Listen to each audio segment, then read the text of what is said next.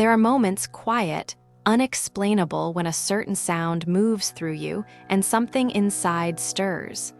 Not emotion, not memory, something deeper. As if a part of you remembered something ancient, something you never learned but somehow always knew.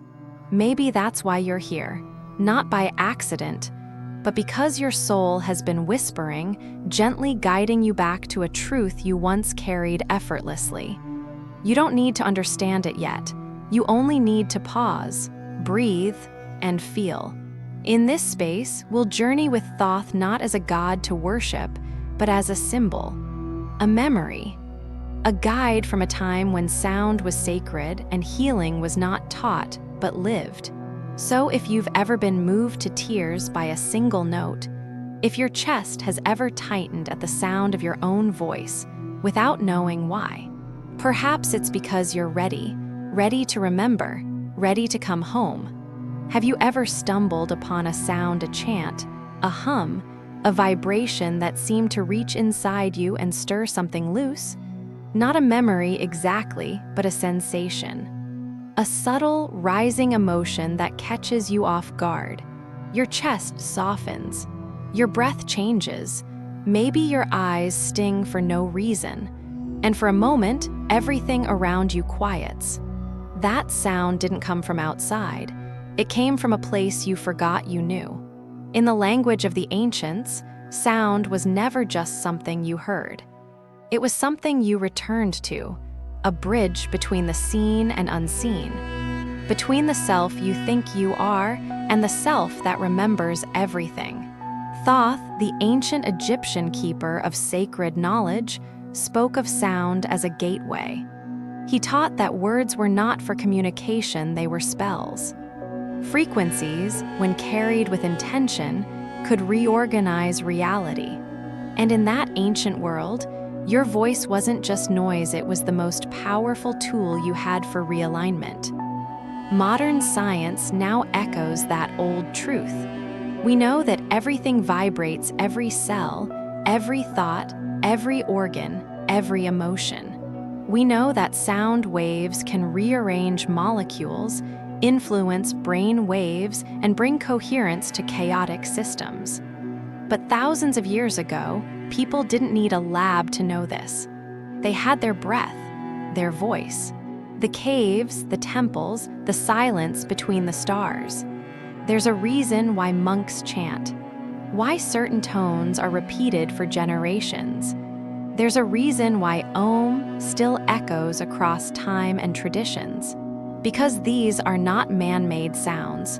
They are remembered frequencies. They belong not to culture, but to consciousness. You, too, carry that memory. It's embedded in your nervous system, in your bones, in the space between your thoughts. That's why sometimes a note hits you not because it's beautiful, but because it's true. It reminds you of something older than words. A time when healing wasn't external. When you didn't look for answers, but sang them out of hiding. So here's the real secret. You don't need to learn a complex ritual. You don't need to find a guru or travel to a sacred site. Your voice is already the portal. You are the frequency. When you hum from your belly, when you chant with your heart, when you sing with your eyes closed not to perform, but to listen, you activate something. A key turns. A light comes on in a room you forgot existed.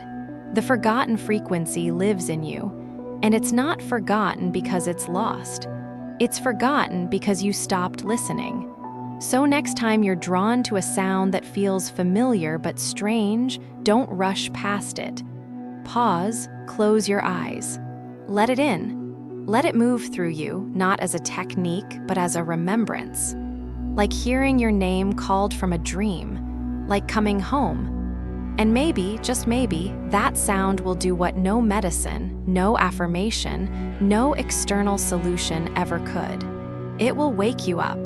Because healing doesn't begin when something new arrives. It begins when something old is remembered. There was a time when you heard the word chanting and immediately thought of incense, temples, maybe something distant and mystical. maybe even something a little superstitious. But what if it wasn't myth? What if it was memory? What if the reason certain sounds feel sacred is because they are? For thousands of years, across countless cultures, people have gathered to vocalize sounds not because they were musical, but because they were transformational.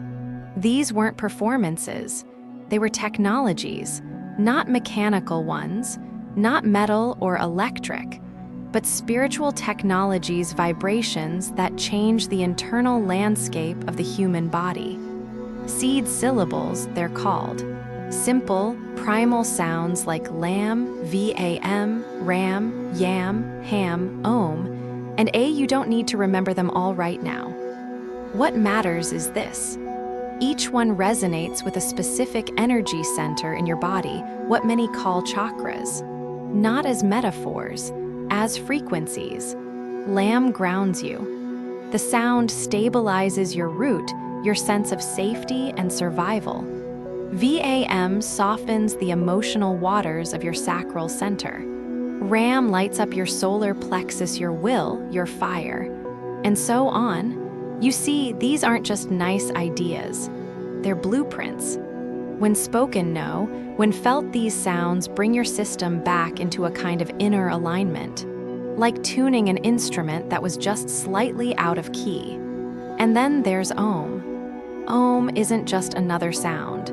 It's the vibration of the beginning. In many traditions, it's said to be the very resonance that birthed the cosmos. Scientists today talk about the hum of the universe, the low-frequency waves that still echo across time. But the ancients didn't need telescopes.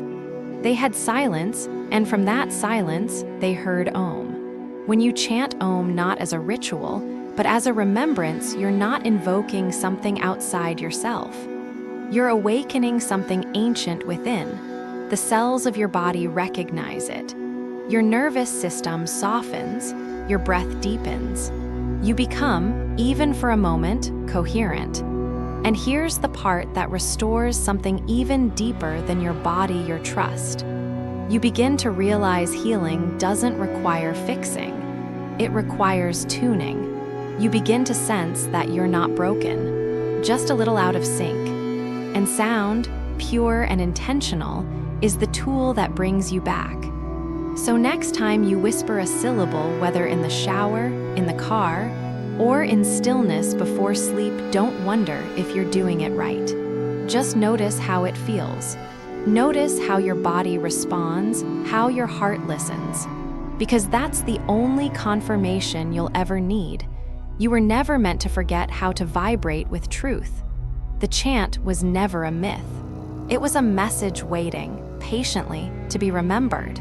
You've been taught to think of your body as biology, muscle, organs, skin, nerves, a system to manage, a structure to maintain. But what if your body isn't just a machine? What if it's a temple crafted not from stone, but from sound?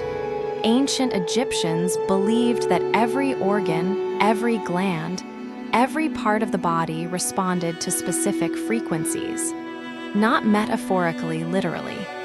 The body, in their view, was an instrument, and the right sound didn't just comfort or inspire.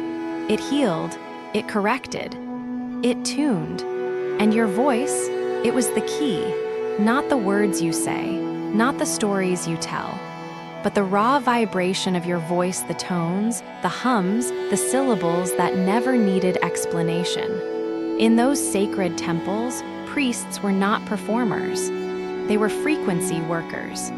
They sang into the spaces of the body, vocalizing tones that aligned the heart, soothed the liver, relaxed the gut. They didn't diagnose, they listened. They observed how a person's body changed in the presence of a certain sound. And when it did, they sang it again, until the body remembered how to feel whole. You can do the same. Try it now if you like. Take a breath and let out a long, soft ram. Don't force it. Let it rise from your belly. Now, pause. Where do you feel it? Is there a subtle warmth in your chest? a pulse in your core, a tingling in your spine. You don't have to understand it. You just have to notice. That's the real gift of vibrational healing. It doesn't require belief. It requires awareness. Each time you sound a syllable, you're not just making noise. You're sending waves through your internal landscape. And sometimes those waves brush up against a memory, an emotion, a tension that's been sitting silently for years. And just like that, something shifts. You don't need to know the names of the chakras. You don't have to visualize colors or sacred geometry. All you need is your voice and the willingness to feel. Because your voice isn't just for speaking to others. It's for communing with yourself. You are a living temple, a structure designed to echo, to carry sound not just through the air, but through the corridors of your being.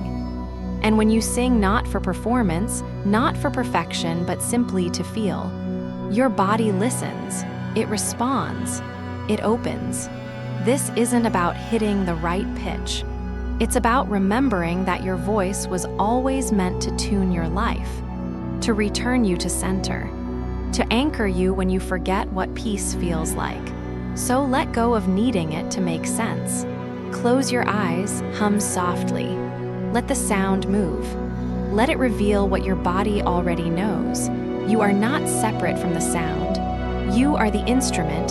You are the temple. You are the song. There are moments when you find yourself in tears without knowing why. No story, no thought, no obvious reason. Just a sudden ache in the chest, a soft breaking inside, like something long buried is rising to the surface. That is not weakness. That is memory. Not the kind stored in words or photographs, but a deeper kind vibrational memory.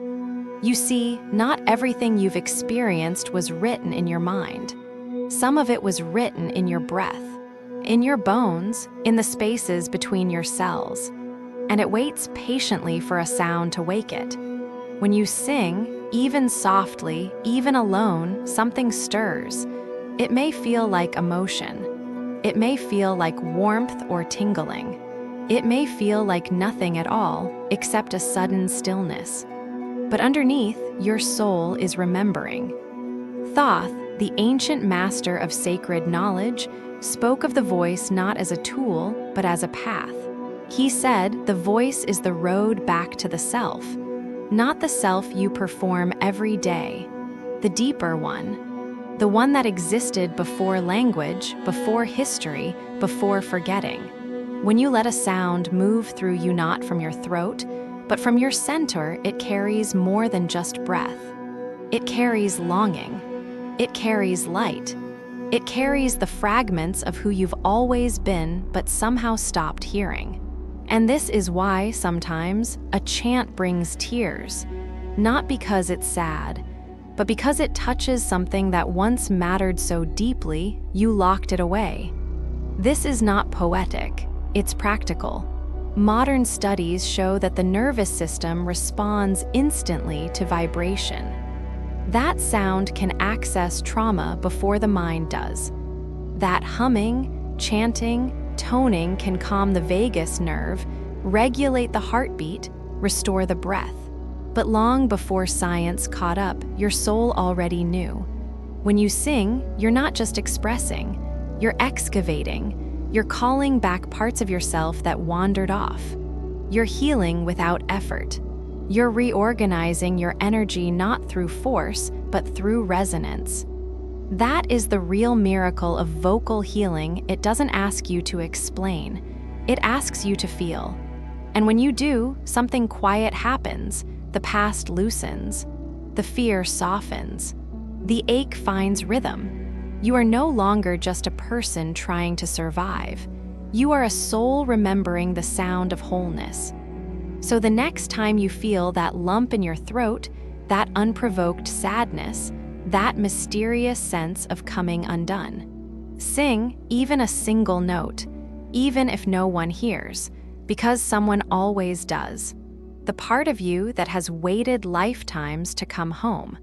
Imagine there's a sound not loud, not complex, but a simple vibration that, when felt deeply, begins to reorganize your body, your breath, even your heart.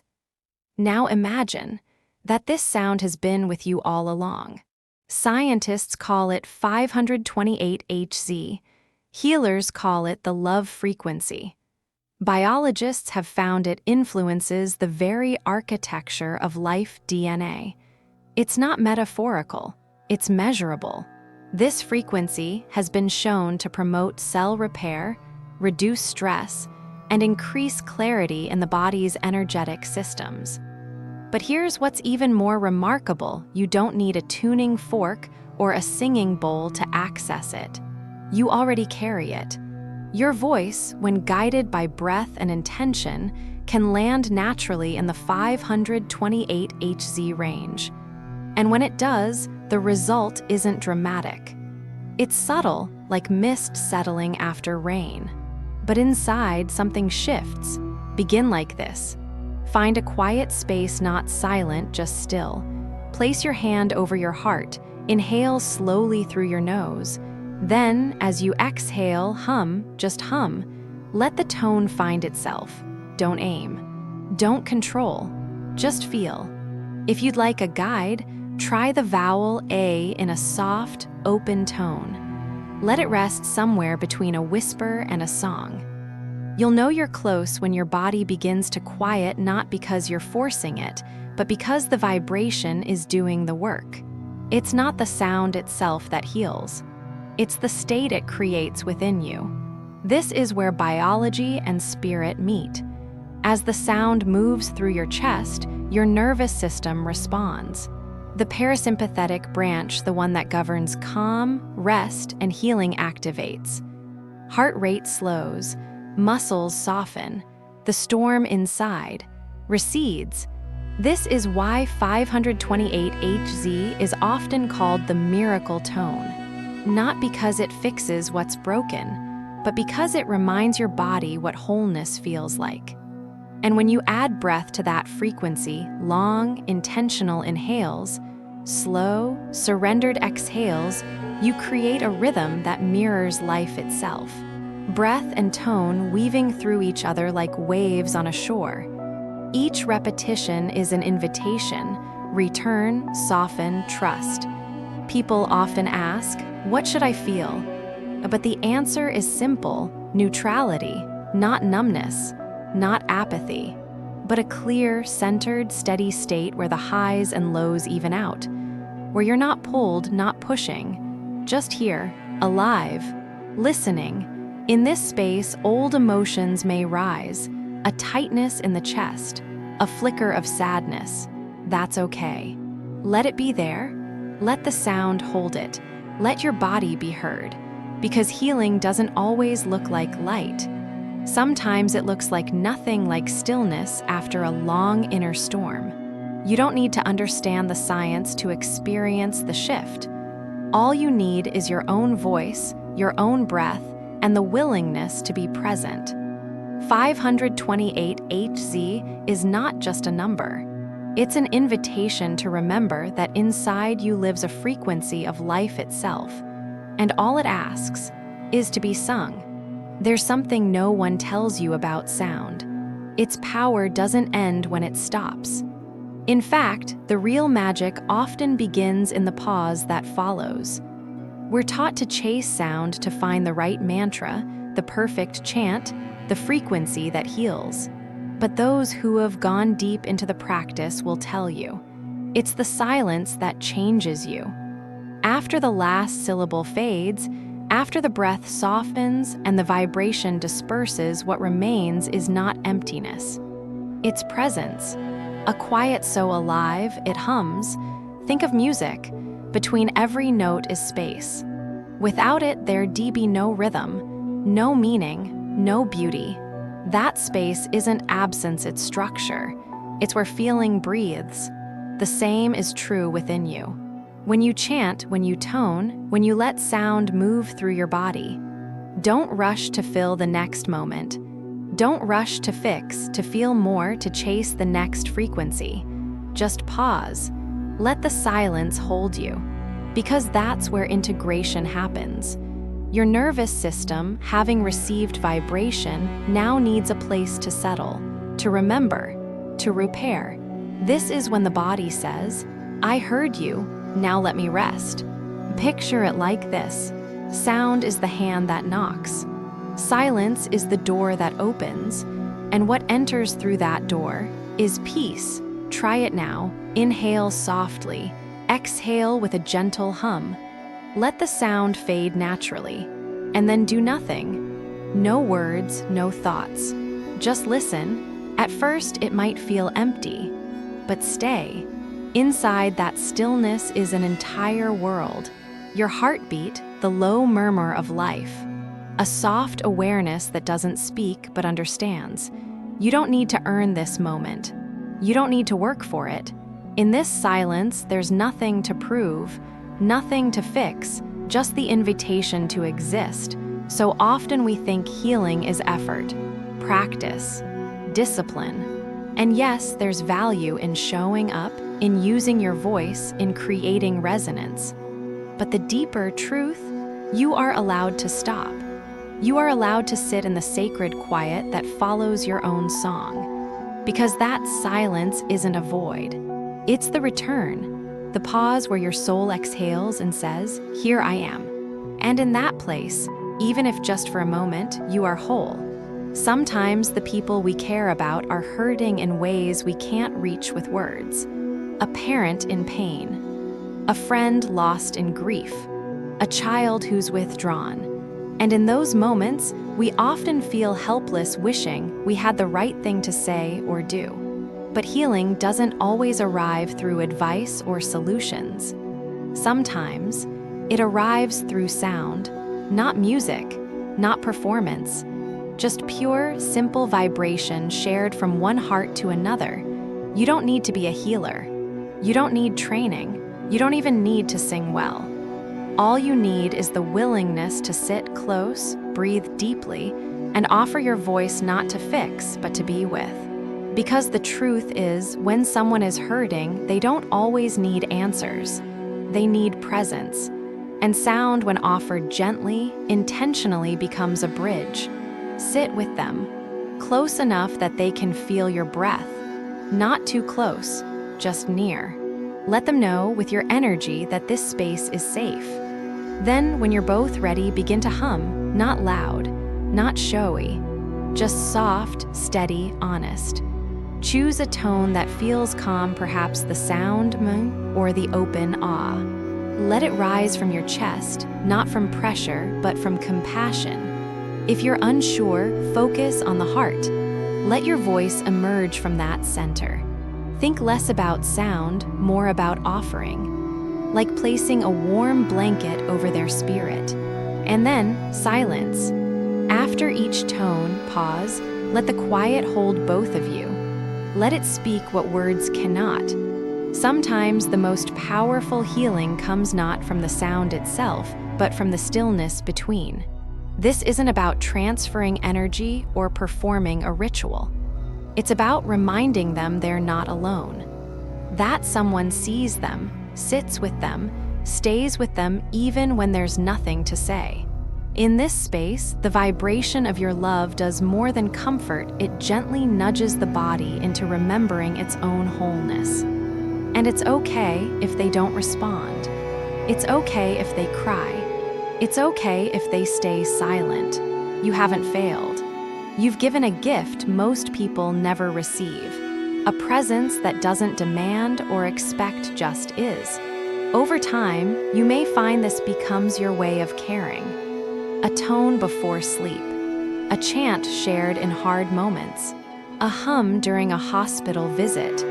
These small acts become sacred not because they fix, but because they feel. Remember, you don't need to be powerful. You are not the healer. You are the channel, a conduit of sound, of stillness, of quiet devotion.